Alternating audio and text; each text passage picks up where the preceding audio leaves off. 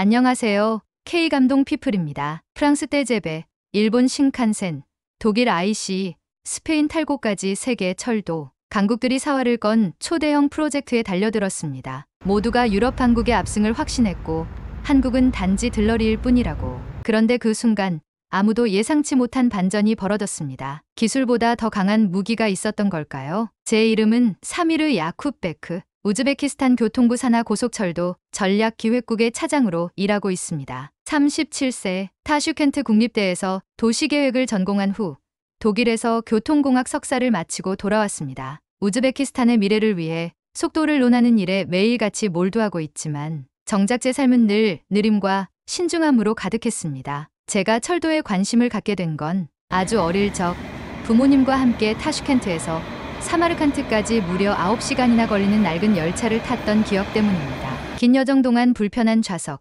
흔들리는 객차, 삐걱이는 철로 소리. 하지만 그런 불편함 속에서도 사람들은 웃고 나누고 이어졌습니다. 그때 느꼈죠. 철도는 단순한 이동수단이 아니라 사람을 잇는 길이라는 걸요. 이후 제 꿈은 명확해졌습니다. 언젠가 이 나라에 누구나 빠르고 안전하게 달릴 수 있는 열차를 선물하겠다. 그게 제가 이 자리에 서 있는 이유였습니다. 그런데 이제 그 선택의 무게는 너무도 컸습니다. 우리는 지금 우즈베키스탄 역사상 가장 큰 국가 프로젝트 중 하나인 국가고속철도망 구축 사업의 우선협상 대상자를 선정하는 막바지 심사 단계에 도달해 있었습니다. 프랑스, 독일, 일본, 그리고 스페인. 수십 년간 고속철도 분야에서 세계 최고라 불리는 나라들이 치열한 경쟁을 펼치고 있었고 저를 포함한 평가위원단은 그들의 기술력과 조건을 하나하나 비교하며 보고서에 밑줄을 긋고 또 그었습니다. 솔직히 처음부터 마음은 어느 정도 정해져 있었습니다. 스페인의 고속철도는 세련되고 정밀하며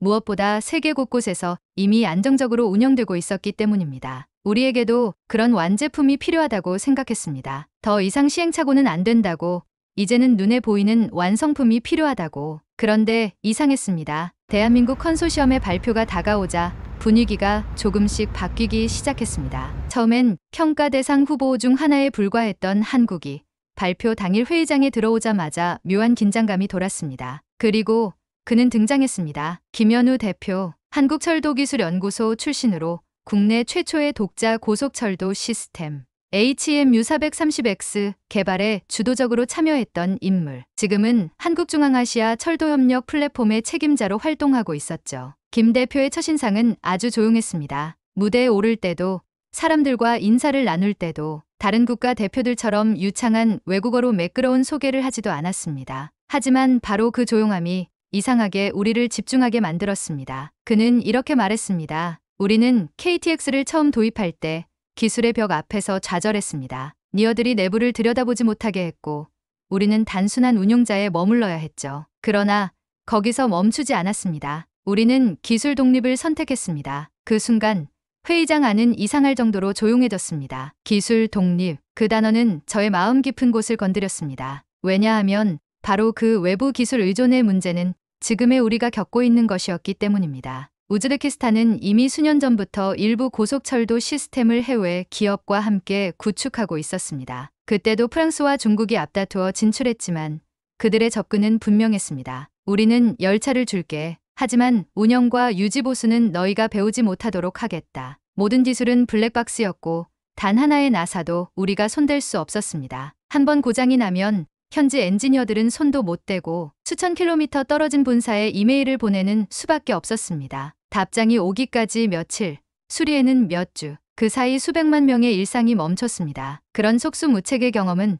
우리에게 깊은 좌절과 불신을 남겼습니다. 그래서 이번엔 달라야 했습니다. 우리가 선택한 파트너는 단순한 기술 제공자가 아니라 함께 기술을 키워나갈 동반자여야 했습니다. 김현우 대표는 이어서 조용히 그러나 단단한 목소리로 한국의 경험을 풀어놓기 시작했습니다. 그는 KTX 개발 이후 어떻게 수많은 시행착오를 겪으며 기술 자립을 이뤄냈는지를 설명했습니다. 그리고 그 경험이 단지 한국의 성공담으로 끝나는 것이 아니라 다른 나라들과 나눌 수 있는 유산이 되어야 한다고 말했습니다. 우리는 우즈베키스탄이 같은 아픔을 겪지 않길 바랍니다. 기술은 주어지는 것이 아니라 함께 만들어가는 것입니다. 그 말이 너무도 선명하게 가슴에 꽂혔습니다. 그건 단순한 사업 제안이 아니었습니다. 진심이었습니다. 그들은 단순한 열차 공급 계획이 아니라 우즈베키스탄 자체 기술자 육성 프로그램, 한국-우즈베키스탄 공동연구소 설립, 차세대 고속철도 기술의 공동특허 등록, 20년간 무상 유지보수 교육 및 전문가 파견 시스템까지 포함된 제안을 내놓았습니다. 심지어 타슈켄트 외곽에 우즈베키스탄의 사막 환경을 그대로 재현한 실험실까지 만들어 실제 모래바람, 극한 온도, 진동 등의 최적화된 현지 맞춤형 테스트를 진행했다고 했습니다. 그 이야기를 들으면서 저는 문득 우리 기술자 딜로자의 말을 떠올렸습니다. 그들은 우리처럼 아팠기 때문에 진심으로 도와줄 수 있어요. 그 말이 김현우 대표의 이야기와 정확히 겹쳐졌습니다. 그 눈빛, 그 목소리, 그리고 그 묵묵한 진심. 나는 알리제르 바티로프, 우즈베키스탄 교통부 산하 고속철도건설청 국제협력실 실장이다. 겉보기엔 평온하지만 지금 내 속은 폭풍처럼 요동치고 있었다. 서울에서 돌아온 이후 우리 위원회의 분위기는 분열 일보 직전이었다. 스페인 측은 프레젠테이션 다음 날 고급 호텔 전관을 빌려 대규모 리셉션을 열었다. 샴페인과 캐비어, 미술품 경매에 이르기까지. 그리고 그들은 말했다. 여러분의 선택이 여러분의 국격을 결정할 것입니다. 그 말은 달콤했지만 어딘지 모르게 찝찝했다. 그들은 우리가 생각하지 못한 세련된 장밋빛 그림을 그려줬지만 그 속에서 우리의 기술자는 어디에도 없었다. 한편 한국은 모든 행사에서 소박했다. 호텔 대신 연구소에서 우리를 맞이했고 리셉션 대신 기술 시연으로 시간을 채웠다. 어느 날 우리는 경기 동탄의 실험선로를 방문했다. 김현우 대표가 직접 우리를 이끌었다. 여기가 우리가 만든 실크로드입니다. 아무도 주지 않았고 우리가 스스로 만들어낸 길입니다. 그 말에 나는 처음으로 그들의 목소리를 들은 것 같았다. 기술의 언어가 아니라 역사와 아픔을 공유하는 이들의 이야기. 내부 반대와 정치적 압력. 그러나 현실은 녹록지 않았다. 귀국 직후 나는 총리실 고위 관료에게 불려갔다. 알리셰르, 너 왜 한국 쪽에 감정이입을 하냐?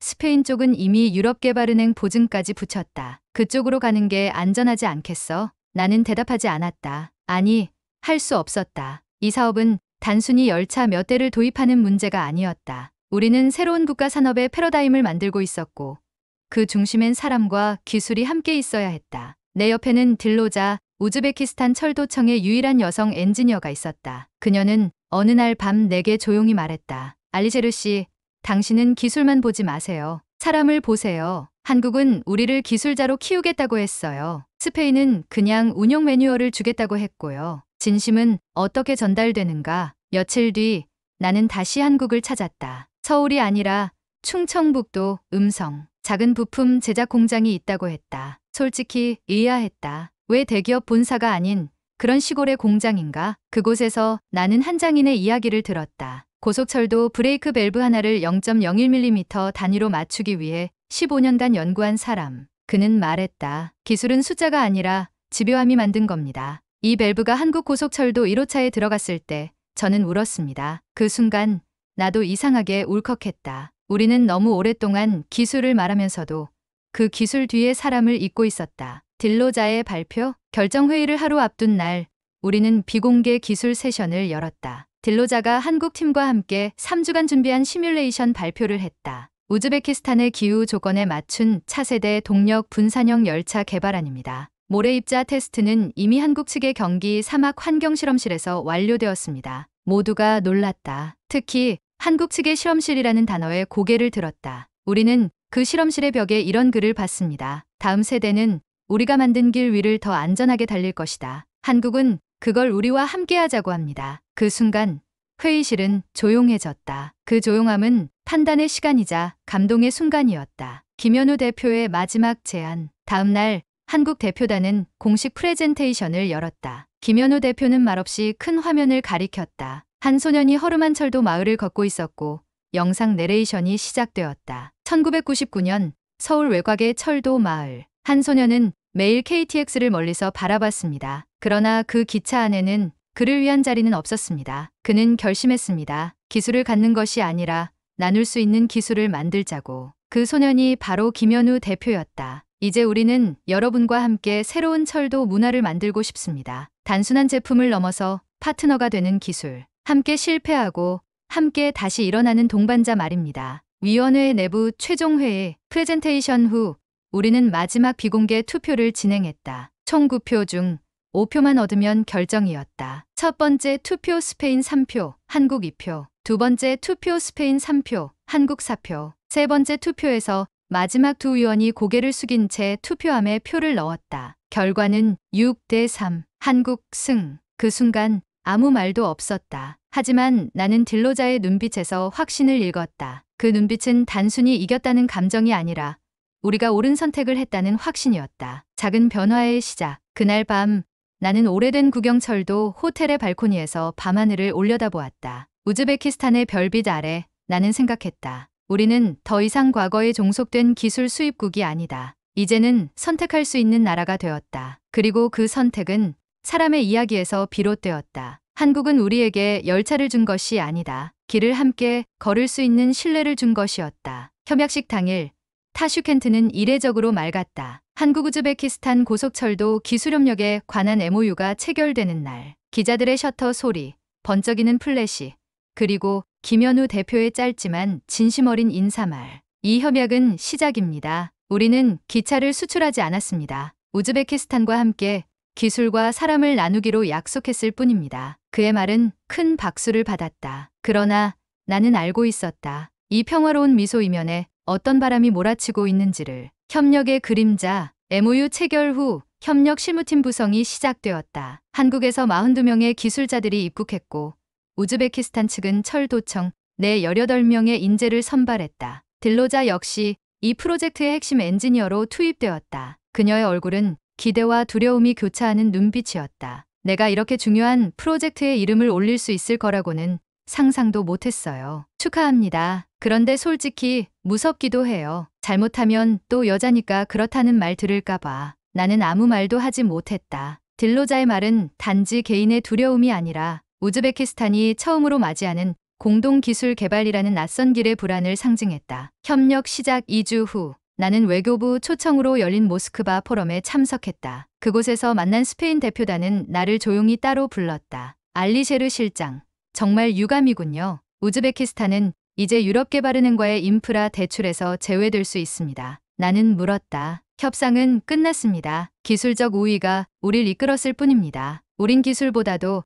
당신들이 진짜로 감당할 수 있는 선택을 했는지 의문입니다. 그들의 말투는 부드러웠지만 경고였다. 그리고 그 경고는 현실이 되었다. 며칠 후 우리 재무부는 충격적인 통보를 받았다. 유럽개발은행의 고속철도 건설 융자 심사에서 사업 신뢰도 부족이라는 이유로 보류 결정이 내려진 것이다. 그 소식이 타슈켄트로 전해지자 국회 교통위원회는 긴급 청문회를 열었다. 언론은 한국 기술의 신뢰성 문제라는 왜곡된 보도를 내보냈고 몇몇 국회의원은 직접적으로 나를 비난했다. 알리셰르 실장이 민족적 자존심에 매몰돼 사업적 판단을 그르쳤다. 이건 우즈베키스탄판 셀프 감동극이다. 딜로자는 울면서 내 사무실로 왔다. 이게 우리가 원하던 길인가요? 우리 진짜 잘못한 걸까요? 나는 흔들렸다. 우리는 분명히 진심으로 선택했고 기술적 판단도 한국이 앞섰다. 그러나 국제정치의 세계에서 진심과 기술만으로는 안 되는 일이 있다는 것을 이때 절감하고 있었다. 그런데 그 혼돈의 와중에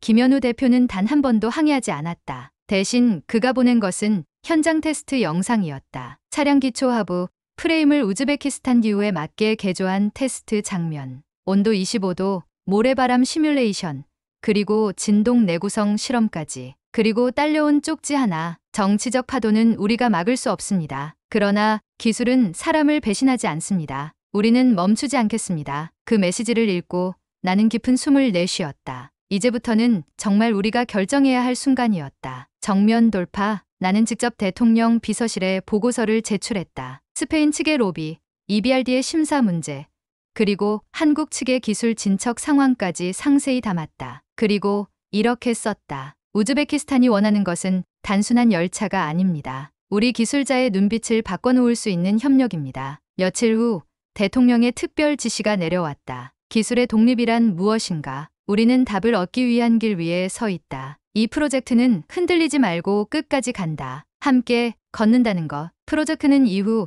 기존 EBRD 대출 대신 한국수출입은행과 우즈베키스탄 국영개발은행의 공동 투자로 전환되었다. 시간은 다소 걸렸지만 한국 측은 단 한 명의 기술자도 철수시키지 않았다. 오히려 더 많은 기술자들이 들어왔고 그 중 한 명은 충청북도 출신의 29세 엔지니어였는데 그는 딜로자와 함께 기후 제어 시스템을 개발하면서 이런 말을 했다. 전 이 프로젝트가 제 인생에서 가장 중요한 일이 될 것 같아요. 우즈베키스탄이 아니라 사람을 위해 일한다는 게 어떤 건지 처음 느끼거든요. 딜로자는 처음으로 한국 기술자들 앞에서 강의를 진행했다. 그녀의 발표가 끝나자 김현우 대표가 조용히 기립해 박수를 보냈다. 그리고 모든 엔지니어가 따라 일어나 박수를 쳤다. 작지만 강한 신호. 그해 11월 우즈베키스탄 국영방송에서 다큐멘터리가 방영되었다. 제목은 달리는 꿈. 그 속에는 딜로자의 이야기, 작은 밸브 공장의 장인, 그리고 서울 변두리 철도 마을에서 자란 김현우 대표의 이야기까지 담겨 있었다. 인터뷰 말미에 김 대표는 이렇게 말했다. 우리는 그저 함께 걷고 싶었습니다. 그리고 우즈베키스탄은 우리의 손을 놓지 않았습니다. 그것이면 충분합니다. 전환의 시간은 끝이 아닌 시작이었다. 갈등은 있었고 외압도 있었지만 우리는 함께라는 답을 놓지 않았다. 그리고 그 끝에서 보게 된 것은 기술이 아니라 사람을 향한 길이었다. 2024년 12월 27일 우즈베키스탄 철도 역사상 가장 찬란한 날이었다. 타슈켄트에서 사마르칸트까지 연결된 고속철도 개통식이 열리는 날. 나는 그날을 위해 특별히 준비된 흰색 전통 복장을 입었다. 차량 외관에는 함께 만든 미래라는 문구가 한국어와 우즈베거로 나란히 적혀 있었다. 그리고 차량 내부 1호 칸에는 특별한 두 사람이 탑승했다. 김현우 대표와 딜로자. 이제 우리는 철도를 완성한 것이 아니라 서로의 세계를 이해하고 연결하는 다리를 건넜다. 첫 운행, 그 시작의 떨림. 열차가 출발하기 직전 차량 내부 방송에 김 대표의 목소리가 울렸다. 이 기차는 단지 도시를 잇는 것이 아닙니다. 이 기차는 우리가 손잡았던 순간 서로를 믿기로 했던 결정을 실은 열차입니다. 딜로자는 조용히 창밖을 바라봤다. 우즈베키스탄의 겨울 들판이 빠르게 지나가고 바람은 마치 오래전부터 이 순간을 기다린 듯 열차 주위를 감쌌다. 그녀는 중얼거렸다. 이건 단순한 이동이 아니에요. 이건 우리를 새롭게 정의하는 움직임이에요. 국제사회의 재조명. 열차 운행 후 국제 언론의 반응은 뜨거웠다. BBC 우즈베키스탄과 한국, 기술과 신뢰로 완성한 협력의 모델. 알제지라, 스페인의 그림자 속에서 빛난 동아시아의 기술연대. 뉴욕타임스 국가 간 기술동맹의 새로운 기준. 철도 위의 감동. 특히 주목할 만한 보도는 MIT 기술 리뷰에서 나온 분석이었다. 한국은 기술을 수출하지 않았다. 기술을 함께 만들자고 제안했고 그 제안은 우즈베키스탄 젊은 세대의 가능성을 현실로 이끌었다. 김현우 대표는 해당 기사에 대해 조용히 이렇게 반응했다. 그냥 사람을 믿었을 뿐입니다. 딜로자의 변화. 프로젝트 완공 후 딜로자는 우즈베키스탄 철도청 최초의 여성 기술국장으로 임명되었다. 그녀는 이제 수십 명의 젊은 여성 엔지니어들을 이끌고 있다. 2025년 봄, 그녀는 한국에서 열린 국제철도 포럼에 초청받았다. 발표 제목은 우리는 기술로 달렸고 신뢰로 멈추지 않았다. 그녀는 단상에서 조용히 말했다. 저는 어느 날 한 한국 기술자와 기차 도면을 놓고 밤새 이야기를 나눈 적이 있어요. 그는 제게 이렇게 말했어요. 우리는 철로를 깔고 있지만 당신들은 길을 바꾸고 있다. 그 말을 듣고 저는 울었습니다. 청중은 아무 말도 없었다. 그리고 누군가 조용히 박수를 시작했고 그것은 이내 큰 울림이 되었다. 김현우의 마지막 설계도. 딜로자는 포럼이 끝난 뒤 김 대표를 찾아갔다. 그는 한 손에 설계도 한 장을 들고 있었다. 그 도면은 우즈베키스탄 남부 국경 근처의 작은 마을을 중심으로 확장될 예정인 지역 철도망 계획이었다. 이제 고속철이 완성됐으니 다음은 지역 연결이죠. 김 대표님, 정말 돌아가시지 않나요? 돌아가긴 하죠. 그런데 제 후임은 당신이 아실 거예요. 그 순간 뒤에서 한 여성이 걸어왔다. 바로 그가 데려온 한국 여성 엔지니어였다. 딜로자보다 4살 어린 그녀는 프로젝트 초창기부터 딜로자와 밤을 새우며 일한 사람. 그녀가 말했다. 이번엔 저희가 우즈베키스탄에서 배워야 할 차례입니다. 딜로자는 그 말을 듣고 미소 지었다. 기술은 넘겨졌지만 신뢰는 이어지고 있었다. 철로 위에 작은 기념비. 그해 겨울 사마르칸트역 계합실 한쪽에 작은 기념비가 세워졌다. 기념비에는 다음과 같은 문구가 적혀 있었다. 이곳은 한국과 우즈베키스탄이 철로가 아닌 마음으로 연결되었던 곳입니다. 기술은 시작이었고 사람은 미래였습니다. 그 옆에는 작은 흉상 2개. 하나는 김현우, 하나는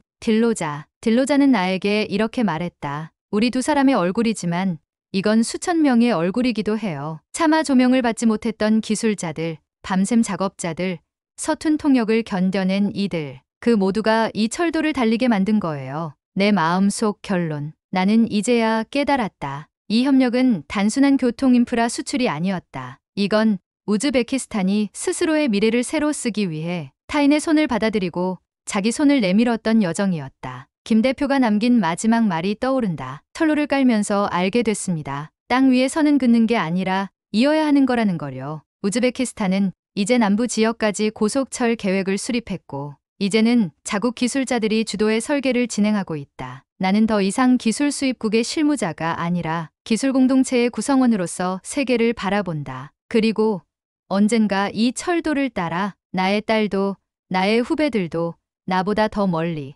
더 자유롭게 나아가길 바란다. 그 길 위에는 사람의 발자국이 아닌 사람의 약속이 새겨져 있을 것이다. 우즈베키스탄과 한국의 동행은 지금도 철길 위에서 달리고 있다. 눈에 보이는 열차는 빠르게 지나가지만 그 속에 담긴 함께 걷는 마음은 천천히 깊게 스며들며 미래로 이끌 거라 생각됩니다. 오늘의 이야기를 마무리하면서 마지막으로 1초면 충분한 구독과 좋아요를 부탁드립니다. 늘 건강하시고 마음 따뜻한 영상으로 다시 찾아뵙겠습니다. 지금까지 K감동 피플이었습니다.